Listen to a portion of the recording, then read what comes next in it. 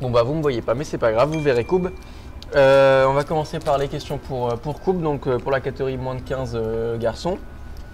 Pour ce début de saison, vous avez une victoire plutôt encourageante, acquise légèrement dans la douleur à domicile. Hein. On a vu un match un peu compliqué, mais en sortie du regain des joueurs qui a permis de gagner. Suite à cette victoire, vous avez enchaîné 4 défaites, une un peu serrée qui aurait pu mériter peut-être mieux, et 3 par contre défaites larges. Comment tu as vécu cette première partie de saison et comment est-ce que tu envisages la suite? Est-ce qu'il y a des remaniements ou quelque chose de prévu pour ce reste de cette saison? Bah écoute, on gagne effectivement notre premier match de brassage Excellence Région à domicile contre Lambay, contre le PLCB de Pion. Pardon.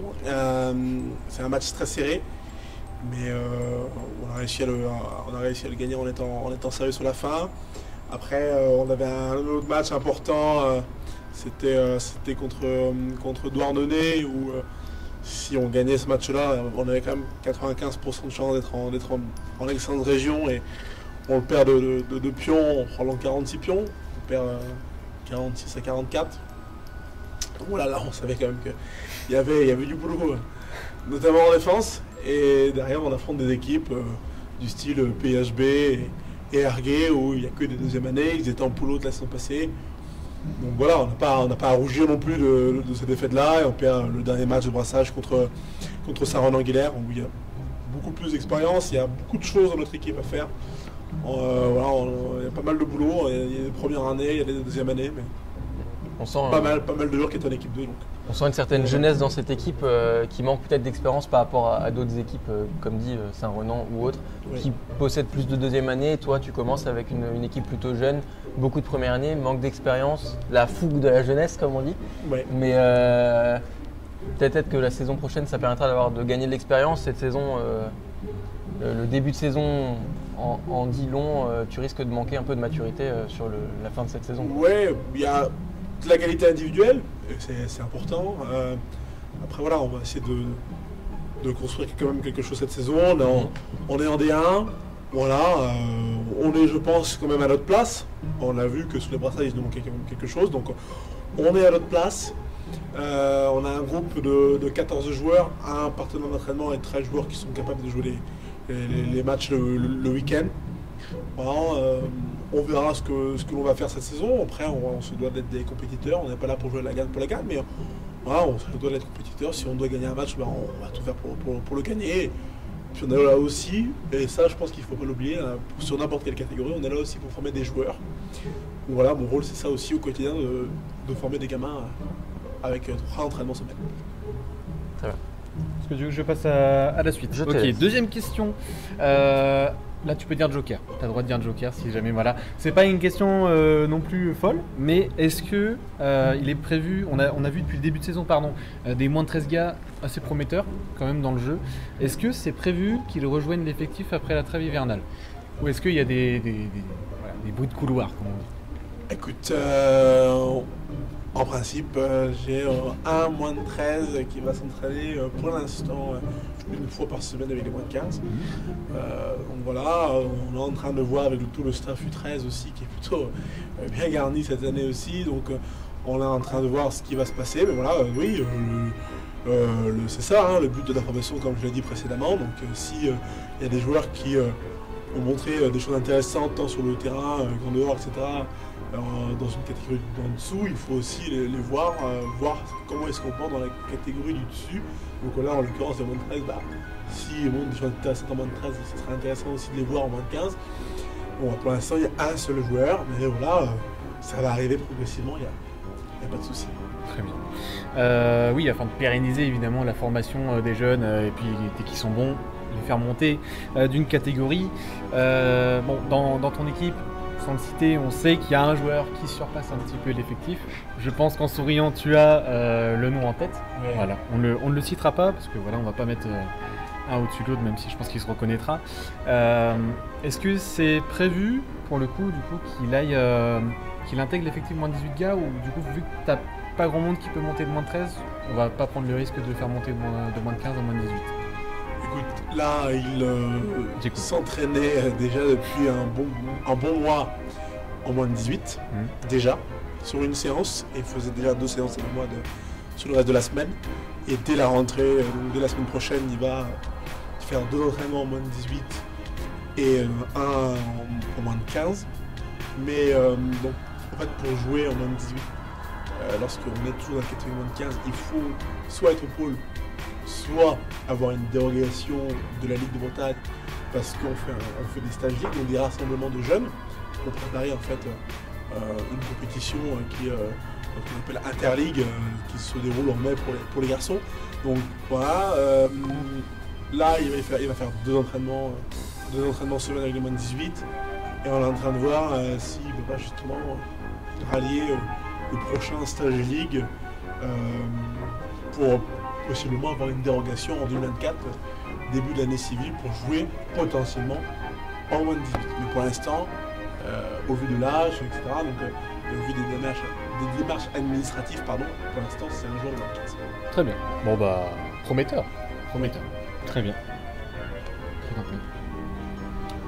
Très bien. Donc, par rapport à ça, si tu avais la possibilité de le faire, est-ce que tu mettrais en place un centre de formation dans la filière garçon du club, du BBH?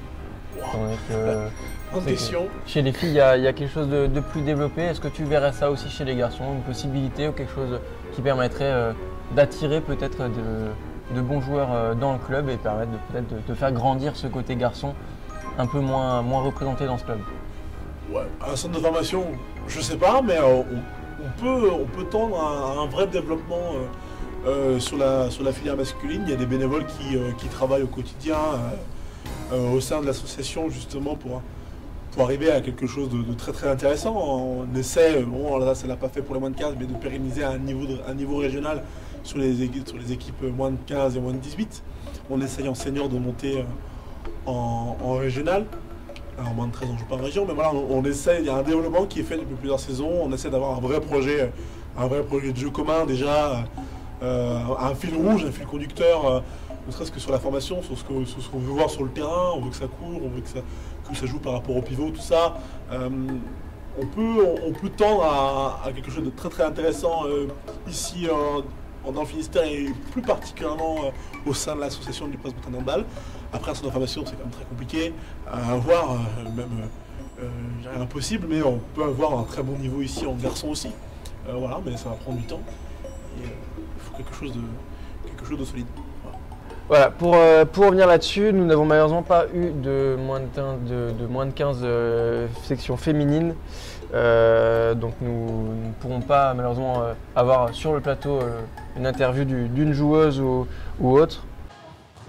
Alors David, tu es une équipe qui a survolé la poule, la relève de l'année dernière est déjà présente. Comment on fait pour maintenir ce niveau d'excellence à ce jeune âge? Je pense qu'il faut qu'on maintienne l'état d'esprit dans lequel on a su se plonger dès la fin de saison dernière, parce que c'est un groupe qu'on a constitué dès la fin de la saison dernière. L'état d'esprit et le chemin qu'on souhaite suivre, c'est de prendre chaque match comme il vienne, et vraiment avec l'idée de se concentrer et dans la préparation et dans le contenu de chaque match. Et en fait, on ne cherche pas spécialement à calculer ou à se projeter sur plusieurs semaines.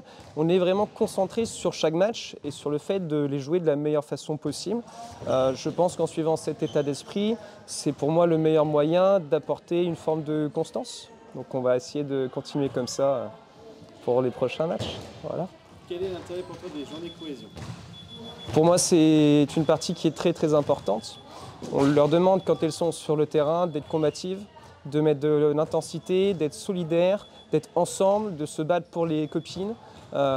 S'il n'y a pas une forme de cohésion, forcément ça ne fonctionne pas, et je pense que ça se développe justement au travers d'activités, de sorties comme il a pu en avoir proposé certaines. Dernière question, comment on fait pour assurer ces filles quand elles sont en échec sur un match? Eh bien justement, c'est une discussion que l'on a eue en tout début de saison. Il faut partir du principe que le mot échec n'est pas un mal. L'échec fait partie de la formation, il faut l'accepter. Et dès lors qu'on l'accepte, on est capable plutôt que de se concentrer sur l'échec en soi, c'est plutôt de se concentrer sur les moyens que l'on peut mettre en œuvre pour se corriger.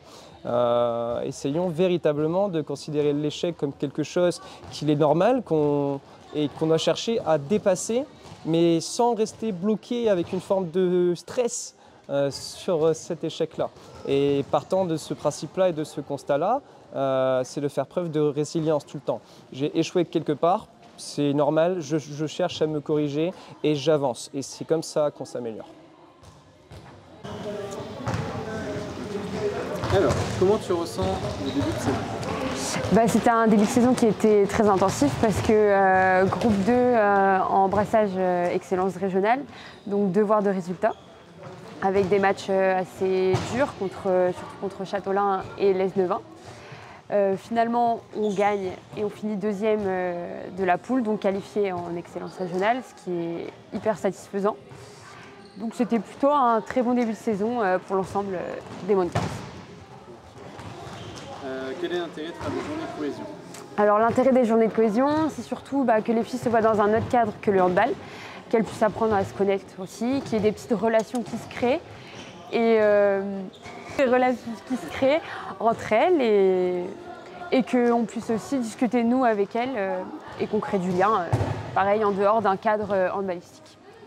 Comment on fait pour rassurer ces filles quand elles sont en échec sur un match? Alors je ne sais pas si j'ai la bonne technique, mais moi j'essaie de leur dire de persévérer, de ne pas lâcher, qu'elles sont capables de faire mieux et qu'elles ont déjà été en réussite sur certaines situations et qu'elles peuvent les reproduire. Donc des fois ça marche, des fois ça marche pas et voilà. Et est-ce qu'on aura la chance de voir de nouveaux visages après la trêve hivernale? Pour le moment c'est en réflexion, je ne pourrais pas dire plus. Et vous, que vous soyez entraîneur, coach ou bien joueuse, comment vous faites pour gérer les situations d'échec? Est-ce que la question de Xavier est passée ou pas? La question de Xavier est passée, Très pas bien. de souci. Alors, du coup on les a un petit peu spoilés avant. Quand vous êtes joueur ou entraîneur, si vous êtes en échec sur un match, comment ça se passe? Comment vous faites pour vous dire ok, je vais repartir de l'avant, ça va bien se passer et puis on a droit à l'échec? Est-ce que vous avez quelque chose, une phrase fétiche, une technique ou quelque chose qui pourrait apporter à tous les entraîneurs ou autres qui nous écoutent, quelque chose pour remotiver, pour donner du regain à votre équipe? On peut commencer par le Vengeur masqué par exemple. Est-ce que la question c'est si quelqu'un du groupe personnellement ou si c'est le groupe entier qui est en échec? Bah, toi en tant qu'entraîneur, parce que tu Ouais. es entraîneur, on rappelle entraîneur des moins de 11. 11. Très bien. Je voulais voir si tu suivais. Du coup, toi en tant qu'entraîneur, en plus à ce jeune âge, quand tu es en échec, Oui. tu te mets rapidement le moral dans les chaussettes. Comment tu fais pour les Remotiver. rassurer, voilà, les remotiver finalement pendant le match? Et toi en tant que joueur, aussi ton expérience du coup. Pas forcément un joueur en particulier, mais Oui. l'équipe. Concernant les moins de 11, vous savez, je pense, à cet âge-là, ils n'ont pas vraiment besoin. Ils savent déjà tout seuls aller droit au but, même quand c'est compliqué et tout ça. Au contraire, je pense que le plus dur, c'est de les canaliser. Je pense, je vois rarement des moins de 11 baisser les bras, à moins que en fait, ce soit à la cause d'un joueur en face qui les démotive, où ils se disent oh, il est trop fort, je peux rien faire.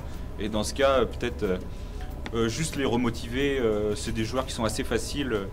Juste on leur fait une petite blague ou quoi, et puis on titille leur ego, on titille leur frustration. Changer d'esprit quoi. Oui, voilà, c'est ça. Vraiment les détourner un essayer- peu du problème pour. Essayer de titiller leur orgueil en fait, Très bien. histoire qu'ils donnent le meilleur d'eux-mêmes. Ok, C'est parfait. très bien. Bah, Et merci beaucoup. En tant que joueur. Et en tant que joueur, je pense que arrivé à un certain âge qui est le mien, il faut mieux éviter les sanctions. Ça a tendance à peut-être démotiver encore plus, c'est-à-dire sortir un joueur parce qu'il est à l'échec ou lui crier dessus, je ne sais pas. Mais plutôt essayer de l'accompagner, de comprendre pourquoi il a du mal. Et après, s'il est à l'échec, des fois, c'est que par exemple le gardien ou les joueurs en face ont compris comment marcher ces techniques à notre niveau. On n'a pas un énorme taux d'adaptabilité. Donc voilà. Très bien. Bah, c'était C'est très bien résumé. Très clair, très limpide. Merci au Vengeur masqué. Et du coup, on va partir Pas de de l'autre souci. côté de la table. Pour une fois, voilà, on va un petit peu les réveiller, les titiller, ces garçons. Alors, pour vous, quand Dans vous votre êtes expérience. en échec au tir, etc., comment vous faites? Qu'est-ce qui pourrait vous remotiver ou vous redonner envie d'aller de l'avant, quoi? C'est ça, comme vous n'avez pas encore d'expérience d'entraîneur, on aimerait bien avoir votre avis. Moi, la remotivation se fait surtout après le match. On est sur, je me remets surtout beaucoup en question et j'ai la chance d'avoir un membre de ma famille qui joue avec moi dans la même équipe que moi, mon frère. Quand on estime, ou même quand on fait des bons matchs, on va tout de suite après les matchs regarder les rediffusions pour voir quelles erreurs, quels faux pas, quelles choses on se dit tiens ça c'est bien, il faut continuer, ça c'est moins bien, il faut travailler ça à l'entraînement. Et on essaie un maximum de débusquer entre guillemets ce type d'erreur et on essaie d'améliorer la chose en s'entraînant durant la semaine. Donc votre technique serait plutôt de revoir, grâce à la BBH TV, vos erreurs, du moins vues de l'extérieur et de haut, ce qui aide souvent en tant que joueur. J'ai fait une petite hop là, Autopub. La petite autopub. Non, je sais qu'en tant que joueur, moi ça me faisait aussi du bien de revoir les matchs par la suite d'au-dessus. Ça me permet d'avoir un point de vue différent que la tête dans le match. Ça permet de voir ses erreurs, donc ça c'est plutôt ta technique, hein. Tu nous disais de revoir tes erreurs pour pouvoir les gommer au l'entraînement suivant, quoi. Oui, c'est vrai. Après, c'est hormis un avantage personnel de regarder ce genre de rediffusion, on peut aussi avoir accès à un aspect global du jeu, de la fluidité, des transmissions de balles, des enchaînements vis-à-vis de l'équipe. Et ça permet aussi à l'entraînement vis-à-vis pas de moi ou de ceux qui regardent, mais de toute l'équipe en question, de tout le groupe, de s'améliorer s'améliorer d'une partie tactique. Donc, merci beaucoup. On remercie également Xavier et Emma donc, pour leurs interviews que vous avez vues. Xavier et Emma aussi qui auront bientôt leur prochain match face à Aplou Agathe à domicile. Voilà. Match à suivre en direct bien sûr sur nos écrans de la BBH TV sur la chaîne Twitch. Match à 16h30 le 18 novembre. Voilà. Bah oui, est-ce que tu as dit la dernière phrase ou je m'en charge? Oui, je m'en charge. Allez, pas de soucis. On est bien coordonnés ici, c'est parfait. Évidemment, on souhaite que du bon, un bon rétablissement aux joueuses des moins de 15 filles qui manquent. On sait qu'elles ont loupé les détections très récemment. Maïwen, Priska et Colline, voilà, si vous nous entendez un de ces jours, on vous souhaite un prompt rétablissement dans votre blessure. Évidemment, ça sera sûrement passé au moment où vous regarderez ce live, si vous le regardez surtout dans 2 mois. On va passer à la catégorie moins de 18 gars, comme ça on va se mettre de ce côté-là de la table. Les gars, déjà merci d'être là. Vous êtes nouveaux arrivants en moins de 18 gars. Particularité de la catégorie, on est sur une entente avec le PLL PLCB, donc patronage laïque de, c'est pas patronage laïque sans doute, mais de Lambé et Cavale Blanche, c'est ça? Très bien. Patronage laïque de Lambé et patronage laïque de la Cavale Blanche. Compliqué. Voilà, donc triple entente. Quasiment, parce que c'est déjà une entente à la base. Le club est créé d'une entente, donc ça fait entente-ception. Hein. C'est clairement ça. Voilà, donc une grosse entente. Et c'est que pour cette catégorie-là. Voilà, je tiens à préciser.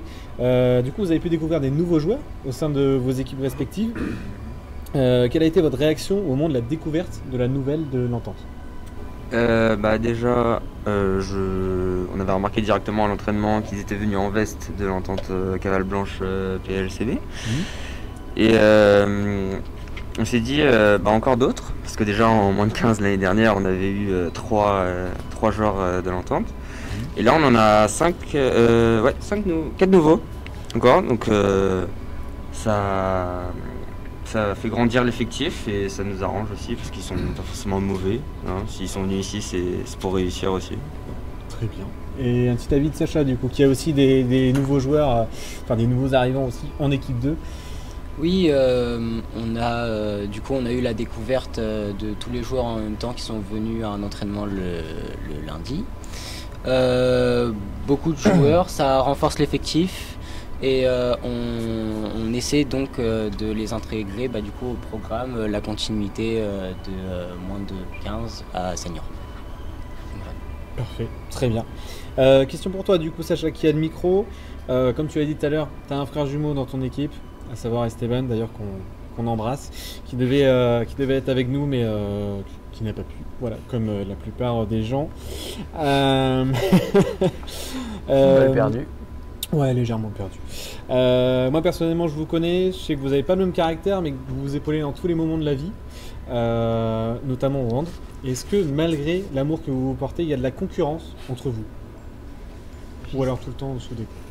J'estime que l'esprit de compétition est là, même hors les activités sportives, le hand, etc. Il y a toujours eu, en tout cas pour moi, un esprit de compétition, que ce soit pour les études et pour le sport. Donc pour moi, oui, j'estime que cet aspect-là renforce notre niveau de jeu. Très bien, donc la concurrence, finalement, ça renforce vos liens. Bah, c'est plutôt beau tout ça. C'est plutôt une bonne nouvelle, même C'est d'ailleurs. clair, bah oui, tant mieux. Comment être meilleur entre frères, quoi. C'est ça. Question maintenant pour Elvin, voilà, donc on te laisse récupérer le micro. Donc l'équipe 1 termine invaincue de ses brassages, félicitations tout d'abord. On a vu que vous avez réussi à collectivement aller chercher ces victoires, c'était vraiment des victoires d'équipe et pas individuelles comme il pourrait se passer dans certaines catégories où il y a un joueur qui vraiment survole le niveau, qui permet d'élever l'équipe. Vous, c'était vraiment quelque chose de collectif. Quel match selon toi a été le plus dur physiquement ou vraiment mentalement, où il a vraiment fallu chercher dans les plus bas instincts pour gagner? Je pense surtout à 2 matchs. Notre premier contre les Lornes 2. C'était notre premier match de la saison déjà, donc on a dû s'habituer tous ensemble aux nouveaux venus et aux nouvelles positions de l'équipe. Et surtout le dernier match de brassage contre Quimper qui était extrêmement dur mentalement, parce que on se bataillait pour la première place, donc fallait pas se louper entre autres. Et voilà, on a fait tout ce qu'il fallait pour gagner. Heureusement on a gagné et grâce à toute l'équipe, parce qu'il y a eu pas mal de changements entre l'équipe 1 et l'équipe 2. Et voilà.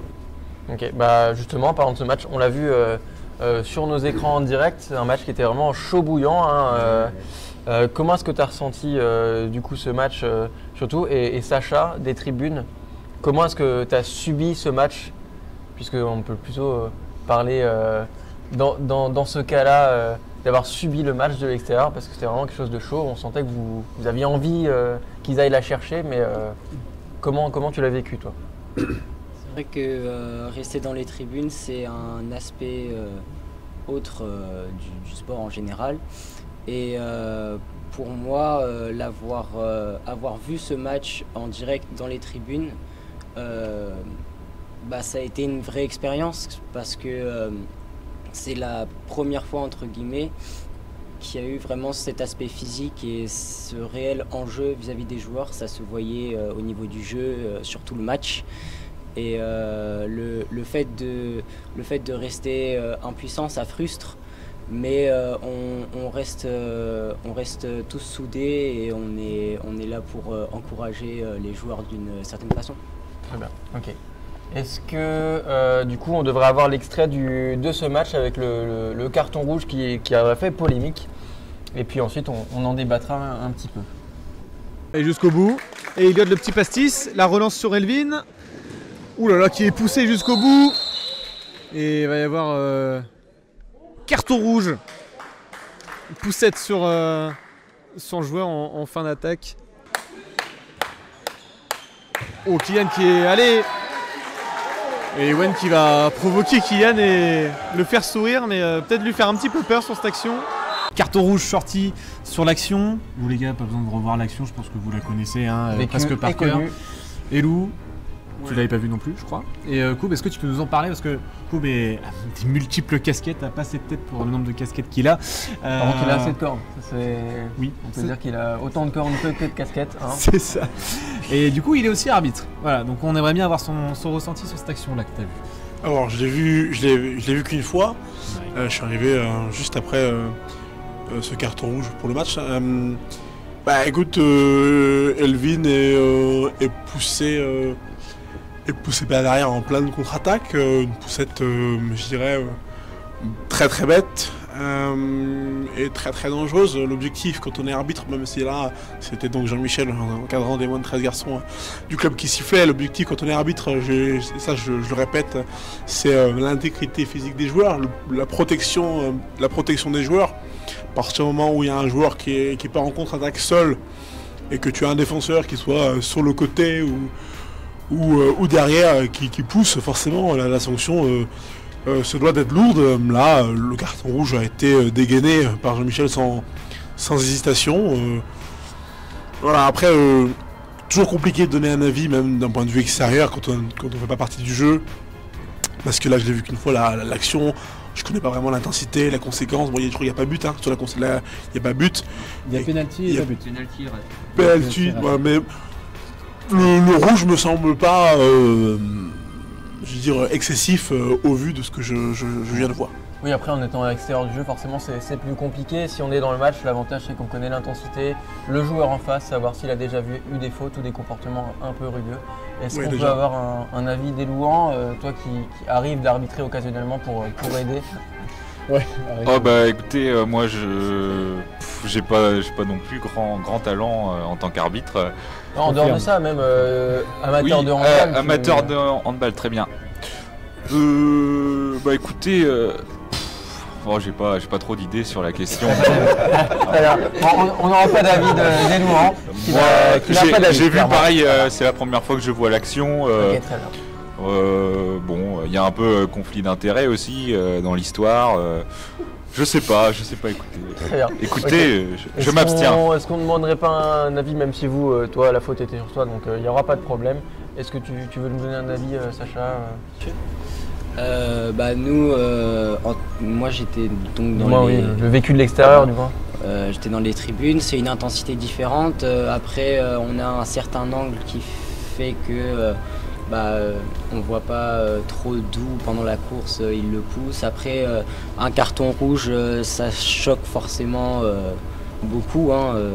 Ça reste un carton rouge, mais j'estime pouvoir faire confiance à l'arbitrage là-dessus, même si pour moi, en tant que joueur, un carton rouge, c'est un peu excessif.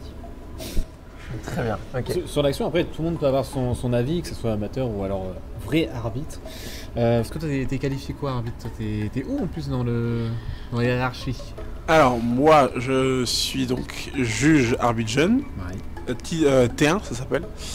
Ouais. T1, et moi, j'arbitre tout ce qui va être de la moins de 17 filles nation, moins de 18 gars nation. Après, j'ai conséquent du coup. Voilà, c'est ça. Ouais, et ensuite, j'arbitre quelques matchs de N de filles et de prélat de gars. Voilà, et moi, je fais après partie de ce qu'on appelle le parcours de performance fédérale de l'arbitrage. Voilà.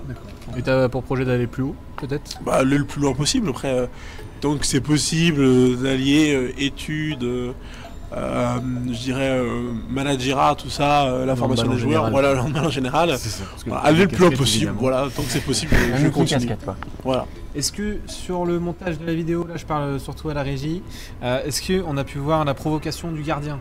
Non. Parce que ouais, sur ce match-là, le gardien, surtout en première mi-temps, provoquait vachement, voire même jusqu'à aller faire un bisou à ses adversaires.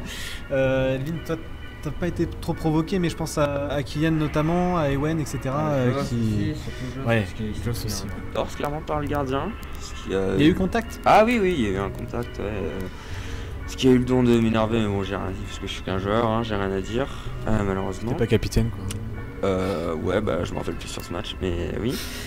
Oui, comme je l'ai dit, la mentalité, surtout au niveau de Quimper, c'est pas forcément exceptionnel, surtout au niveau du gardien. Alors, je vais dire les termes. Les termes sont posés donc. Le gardien n'était pas forcément très respectueux. Hein. On l'a vu au niveau des joueurs aussi qui étaient sur le terrain.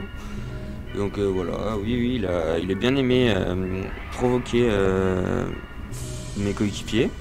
Mais bon, au final, c'est lui qui a perdu, donc bon, voilà. Très bien. Bah ça c'est fait dans ta tronche. Ça c'est envoyé. On espère une revanche au tournoi petit-fils en avril que vous pourrez suivre. Ouais, vous pourrez le suivre à peu près en intégralité, surtout les finales. Ça sera en avril, voilà, je spoil comme ça. Me dis pas merci Xavier, t'inquiète pas de soucis. Question pour vous deux du coup à suivre. Dans l'entente, du coup on a parlé un petit peu des nouveaux joueurs, etc. Est-ce qu'il y a un joueur, si on devait en citer qu'un, qui vous impressionne dans l'effectif? Des nouveaux joueurs, évidemment. Il ne peut pas y en avoir qu'un. Ils sont tous bons. Et s'il y en avait un à retirer du truc, ou alors quelqu'un qui vous impressionne plus, je sais pas, par sa capacité à faire quelque chose de différent sur le terrain que les autres, etc. Par exemple à l'élimination du joueur 1 contre 1. On est d'accord, on pense à Clément, hein, déjà qui, je ne sais pas comment il fait, il saute ultra haut et il met des patates d'enfer. Musculation les gars, la musculation ça joue. Ouais aussi. Mais bon. Je sais pas s'il y a muscu, il n'y a pas de entraînement de muscu pour les moins de 18 gars. Mais il y a aussi Joss qui nous aide beaucoup parce que Joss c'est gaucher. Et du coup il peut être à l'aile droite tout le temps d'ailleurs. C'est notre seul gaucher donc il nous aide bien pour les matchs en général. Voilà. Ouais, Joss défensivement qui, voilà, on va être clair, qui est pas non plus le plus physique, mais en attaque qui réussit à se démarquer par le nombre de buts qu'il met par match, par exemple. Oui, bah après je regarde pas tout le temps sa défense, j'avoue. Mais en attaque, t'inquiète, moi je la commande. Ok, on l'a vu. Oui, c'est sûr qu'il du coup il trompe le gardien, hein, parce que c'est pas souvent qu'on affronte un gaucher, surtout en étant gardien. Mais oui, en défense, c'est pas trop. En défense, je vais pas le blâmer non plus. C'est pas irréprochable, comme tout le monde évidemment, on fait tout le temps des erreurs. Moi le premier, c'est pour ça que j'ai arrêté de jouer. Bon, voilà. Dernière question, est-ce que tu veux poser la dernière question? Je te laisse l'honneur. C'est très gentil, quel honneur. Pour la dernière question de cette catégorie moins de 18 garçons, si c'est le match de l'année, finale de l'année, par hasard contre Quimper. C'est le pénalty de la gagne. Il y a 31-31, le sifflet a sonné, c'est la fin. Vous avez juste un pénalty. S'il est dedans, vous gagnez. S'il n'est pas dedans, c'est nul. Qui tire? Vous êtes coach, là, faut l'envoyer. Qui tire? Faut le mec qui va la mettre ou qui a le moral pour la tirer et qui s'en tire pas, quoi. La dernière fois que quelqu'un a dû tirer un pénalty pour gagner un match, c'était moi. Mais on a changé entre temps. Et j'aurais dit Clément. Clément ou notre demi Ewen. Ils ont le mental pour aller ouais, ou même chose. On a tous le mental en fait, faut juste y croire. J'ai l'impression que cette année il y a une génération vraiment comment dire, à développer sur votre catégorie par rapport à l'année dernière où en moins 18 ça a été un petit peu compliqué honnêtement. Là cette année il y a une vraie génération qui se met en place et qui montre les crocs quoi. Cette année qui me surprend beaucoup en fait, c'est que malgré le nombre de nouveaux joueurs, on a réussi très vite à avoir un esprit d'équipe. Donc ça a beaucoup aidé pour les matchs, donc les 5 victoires. Voilà, ça nous a énormément aidé. On sait que c'est assez compliqué quand dans une équipe beaucoup de nouveaux arrivent. Il y a le temps d'adaptation, le temps de comprendre les automatismes. Moi, en tant que joueur, je jouais ailier. Donc forcément, s'il n'y a pas encore les automatismes de créer avec l'arrière, il n'y a pas encore ce réflexe de la dernière passe quand le défenseur est parti, de la feinte, etc. Ça permet quand même de créer quelque chose de plus linéaire et un meilleur jeu, de bien connaître son coéquipier à sa gauche ou à sa droite.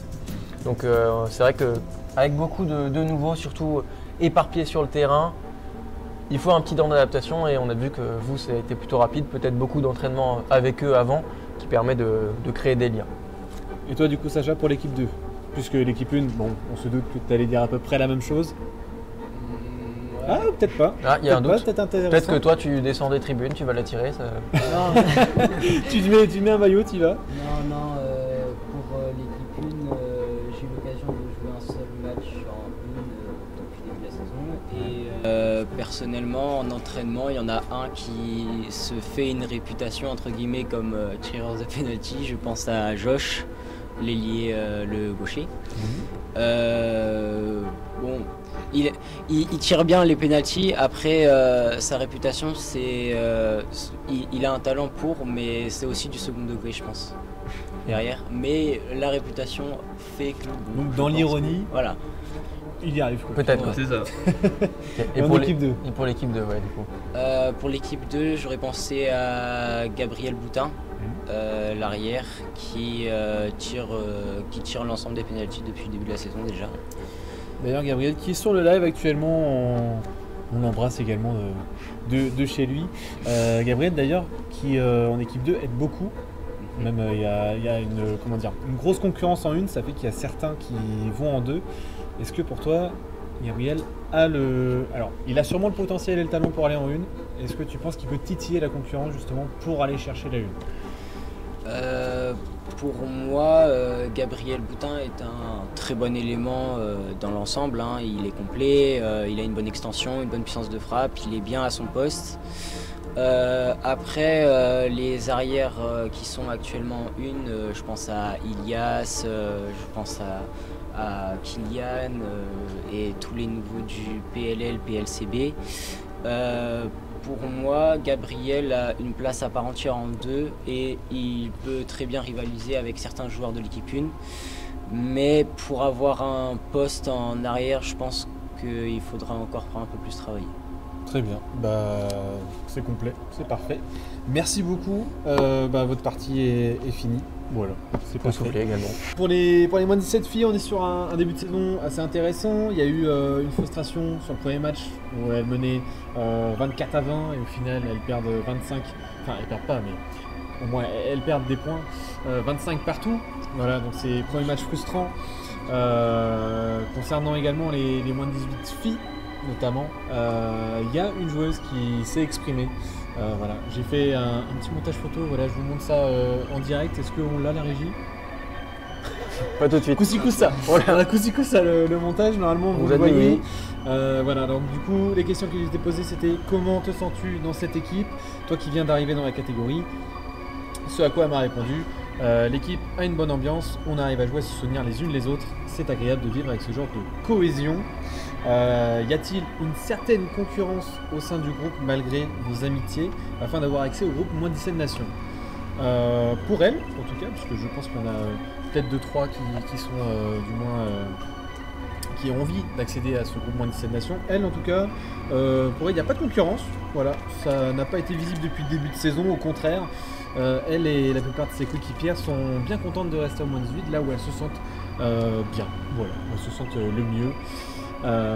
Puis après pour les filles, on parlait tout à l'heure qu'elles allaient affronter, que les moins de 15 filles allaient affronter Plouagat, et ça sera le 18 novembre si je ne me trompe pas. Martin, est-ce que tu fais toujours sur Oui, c'est le 18 novembre. Effectivement. Et du coup, il y aura la même confrontation, mais pour les moins de 17 filles. À 16h30, le live. 16h30 pour tapante. Pour les moins de 15 filles. Très nombreux. Et plus 2 heures plus tard, moins de 10. Oui, pour Inch'Allah. À 18h30, on aura le match du coup des moins de 17 filles. Donc grosse journée pour l'instant à venir pour les lives, tout simplement. Plouagat étant un rappel. Oui, voilà. N'hésitez pas à mettre un rappel dans votre agenda. Sur votre iPhone, par exemple. Voilà, votre iPhone, la pomme. Voilà, le téléphone à la pomme. J'avais des questions, mais du coup, je vais pas me les poser tout seul, c'est un peu débile. Et bah écoutez, ça aurait été plutôt marrant. Hein. Avec une petite voix de fille. Bonjour, je suis des moins de 17. Pourquoi pas? Vous faites un TikTok et vous l'affichez fort. Affichez fort. Avec des petits hashtags BBHTV, comme ça on part en top tendance. On va passer au senior gars. Il y a un magicien qui attend là depuis tout à l'heure. Et il a des questions à poser pour les senior gars. Je te laisse présenter tout ça. Donc alors actuellement les senior gars ne sont pas encore passés sur la BBHTV, mais ça sera bientôt le cas avec la journée du 11 novembre où il y aura l'équipe 1 qui suivra l'équipe 2. Donc je pense que Gabi s'occupera de la communication avant l'événement. C'est ça, on va animer tout ça comme on le fait d'habitude. Alors à voir si Malika sera prête, si vous jouerez ou pas. Et oui, on aura peut-être l'honneur d'avoir Rémi jouer avec la 2. Et Corentin également en régie qu'on salue, hein, évidemment, qui est gêné. Comment ça la 2? Ah c'est la 1? Ah merde, c'est la 1. Évidemment ça sera la 2, hein, si jamais. La licence est prête. Mais donc, donc on a Koub et Elou qui sont tous les deux dans les seniors gars. Alors, petite question pour Elou, on va commencer. J'écoute. C'est une question que tout le monde se pose, c'est à la suite de déjà très grand premier match avec 11 buts marqués. Pas peu fier. À la suite de ce match, Pierre s'est enfin décidé de te donner le brassard de capitaine. C'est la question que tout le monde se pose. Alors, écoutez, je dois avouer que Pierre a fait des choix cette saison. Celui-là est sans doute le plus dur à accepter pour ma part, mais il a préféré donner le brassard de capitaine à un nouveau venu, Maxime Verguer. En effet, il n'était pas au club l'année dernière. Voilà, en fait, il a lâchement abandonné le club l'année dernière avant de revenir. Et Pierre lui donne comme ça le brassard de capitaine. Bon, c'est des choix et je respecte mon coach. Cependant, bon, je trouve ça un peu limite. Et ce serait peut-être pas dû à l'âge ou à l'expérience. Oui, c'est l'argument qui est avancé, mais bon. Je connais Pierre, il aime bien me faire tourner en bourrique. Voilà. Et du coup, est-ce que tu espères par la suite de l'année récupérer ce brassard Jusqu'au bout. À quelques occasions Non. C'est mort, tu sais que... En réalité, je blaguais. Hein.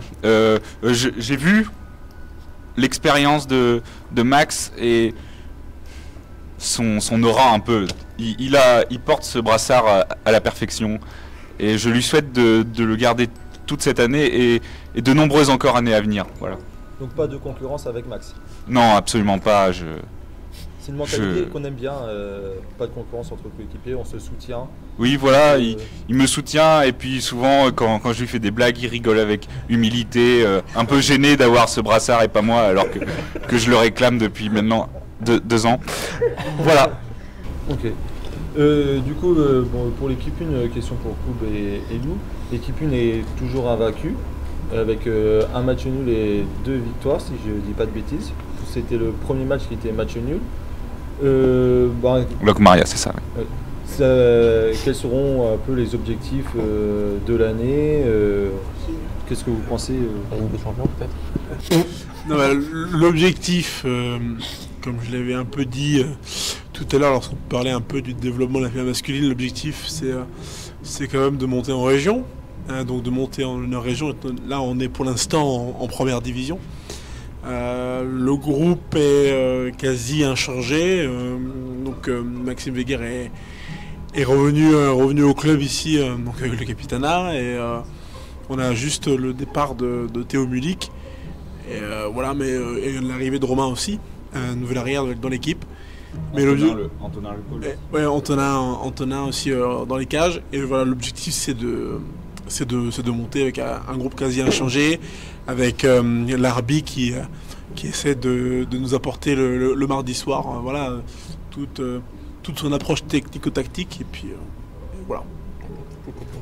Si je peux rajouter quelque chose, l'Arbi, enfin, concernant les entraînements, c'est avec difficulté qu'on arrive à avoir l'ensemble de l'effectif, puisque Morgan, Donna, Ethan et Guillaume sont rarement présents en fait, parce qu'ils sont en alternance. Voilà, je tenais à le spécifier. Je dois dire que Pierre essaye de se démener, de manière honorable avec l'effectif qu'il a, et les entraînements gardent une certaine qualité. Je veux être capitaine, s'il te plaît, Pierre.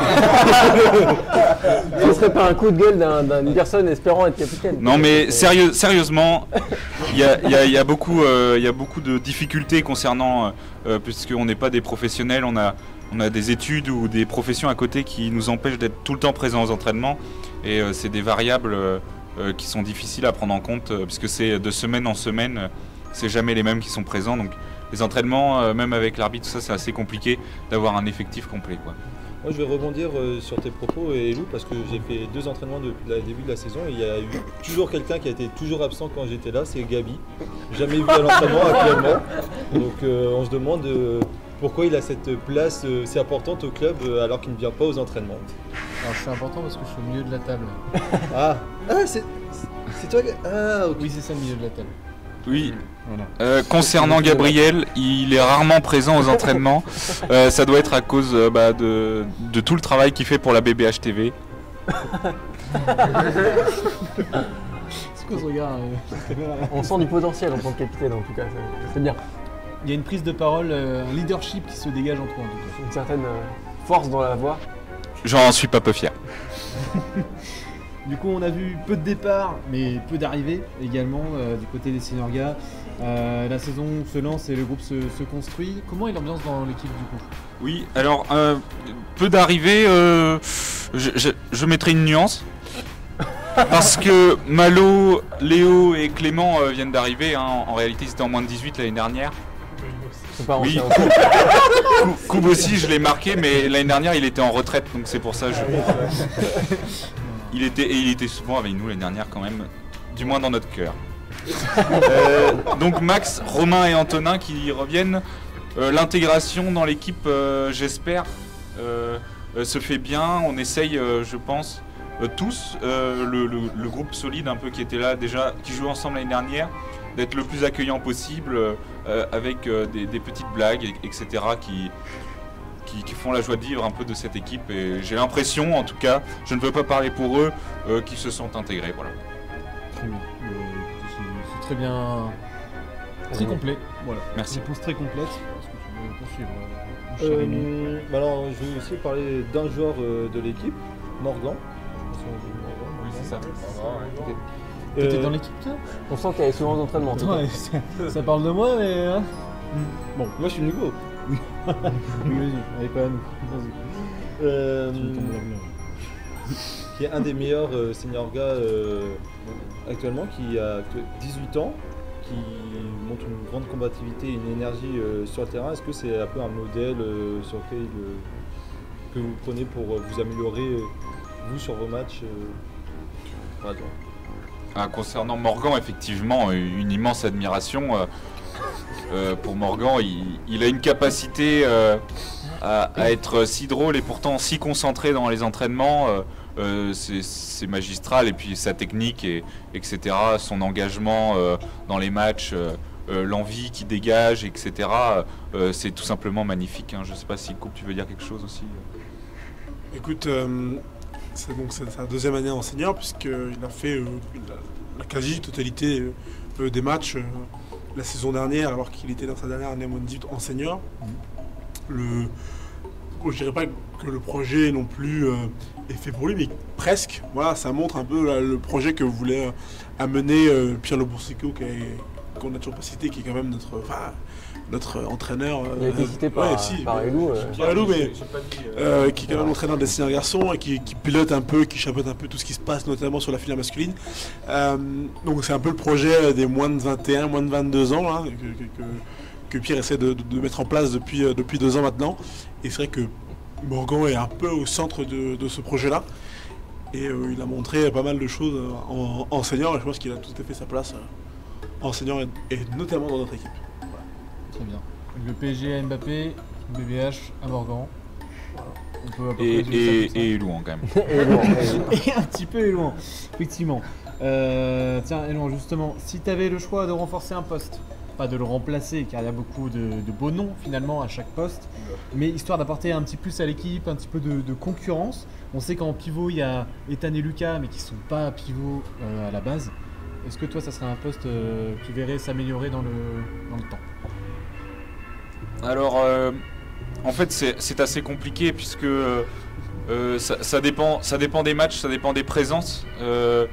Quand l'équipe est au complet, je pense qu'il y aurait besoin de personne en réalité, mais c'est très rarement le cas et c'est pour ça il faudrait en fait un couteau suisse. Il faudrait un couteau suisse qui soit capable de jouer à tous les postes, voilà. Mais bon, un tel joueur en D1, ça risque d'être compliqué. C'est sûr. Après, c'est pour ça que le but aussi est de monter en région pour éventuellement avoir un projet concret et pouvoir attirer éventuellement de futurs couteaux suisses du coup à cette équipe. Oui. Je ne m'attendais pas à plus. Et Louan, ne t'inquiète pas, je reviens la saison prochaine.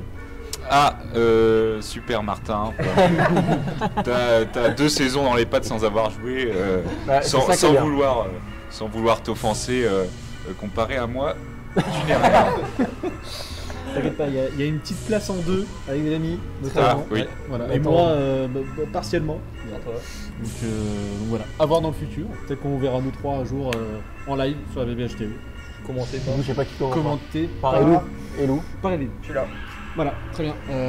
Ma relève, comme c'est mon frère, ça va, on a à peu près la même vision sur le commentary. Une lignée donc de règne, un peu comme dictature peut-être.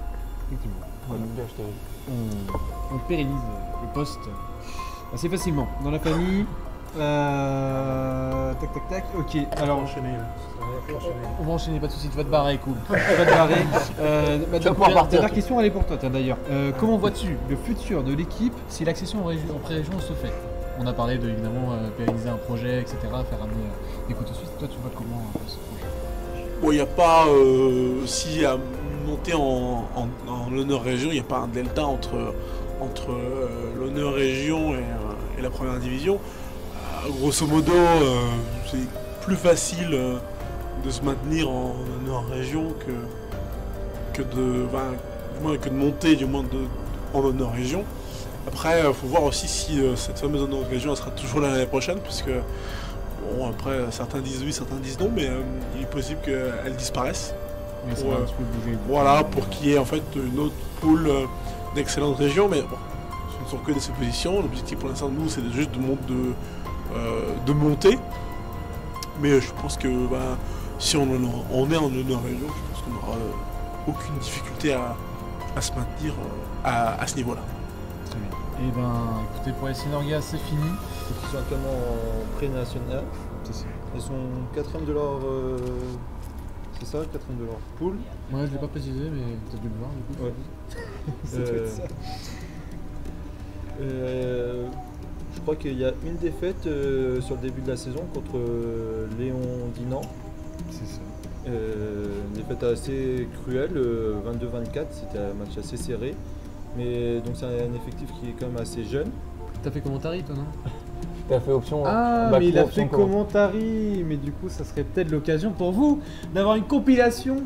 Quand du coup, j'ai commenté avec Rémi un match l'année dernière et Élouan en backstage. On va vous passer ça et on reviendra nous au replay plus tard. Voilà, je vous laisse profiter des images. Et le gardien qui est en retard, hein. Évidemment, une frappe aussi forte et aussi précise, c'est compliqué de la parer. Mais comme on dit, Claudie rira bien, qui rira le dernier. Ça a marché. Mais sans plus. Oh Jonathan! Oh Jonathan! Oh, c'était n'importe quoi. C'était fou, j'ai jamais vu ça. Deux bulldozers. On dit Rémi, mais quand ça marche. Allez.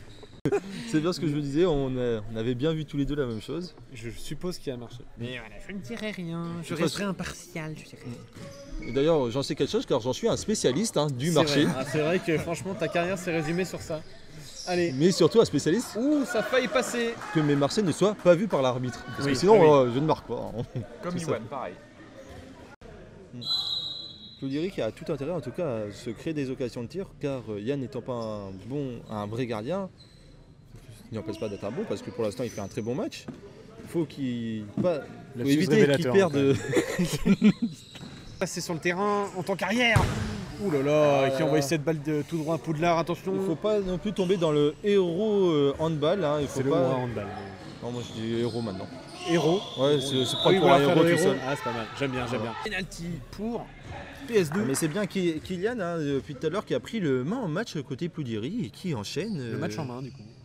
Le main en match. Désolé. Arrêtez. Alors que depuis tout à l'heure, il fait des tirs en appui, mais vers le bas. Et là, il tire vers le haut, dans la barre. Ouais, non. Je pense qu'il veut juste mettre un headshot à Yann. Allez, Corentin, qui est bien placé, en pivot. Et c'est la deuxième fois que ça arrive. Deux pénaltys ratés, la punition instantanée. Ouais. Ah, ça fait mal au moral, hein. C'était dit d'une façon, mon gars. Ah, c'est la balle dans le pied. Allez, 7 points d'écart. On ne se relève pas d'un tel coup.